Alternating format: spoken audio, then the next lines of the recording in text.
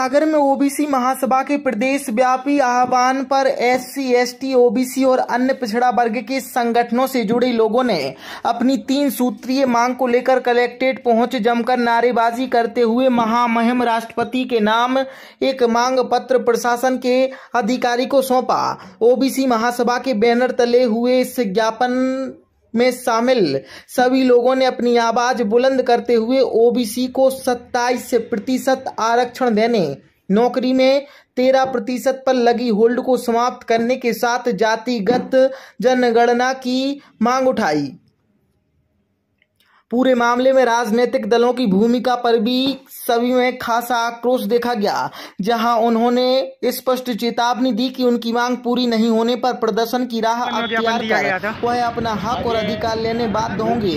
ज्ञापन में बड़ी संख्या में ओबीसी महासभा से जुड़े पदाधिकारी और इसके सहयोगी घटक के सदस्य मौजूद रहे। ज्ञापन दिया गया, किस संबंध में दिया गया? ये ज्ञापन ओबीसी महासभा एवं तमाम एससी, एसटी, ओबीसी के प्रदेश व्यापी आह्वान पर पिछड़ा वर्ग की जातिगत जनगणना और 27% आरक्षण लागू करने और 13% जो होल्ड लगाया है बीजेपी सरकार ने, इसके विरोध में ज्ञापन दिया गया है।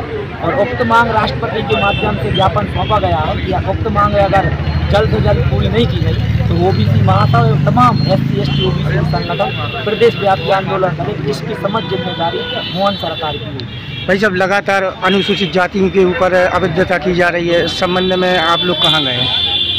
एससी, एसटी, ओबीसी ये सिर्फ आज की घटना नहीं है। जब बीजेपी में मैं भी अनुसूचित जाति से एडवोकेट ब्रजेंद्र मेहरबार हूँ।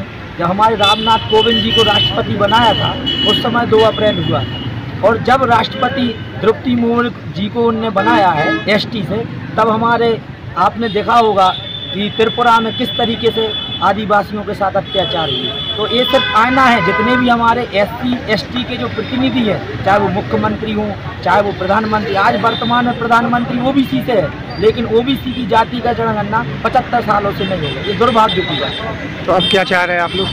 हम लोग ये चाह रहे हैं कि जो हमारे एससी, एसटी, ओबीसी की जो बीजेपी कांग्रेस में जो विधायक हैं, सांसद हैं, इनका दायित्व है। ये संविधान की बदौलत से चुनकर गए हैं। जो संविधान के आर्टिकल 15(4) और 16(4) में जो आपको मौलिक अधिकार में प्रतिनिधित्व मिला, उसकी वजह से चुन के गए।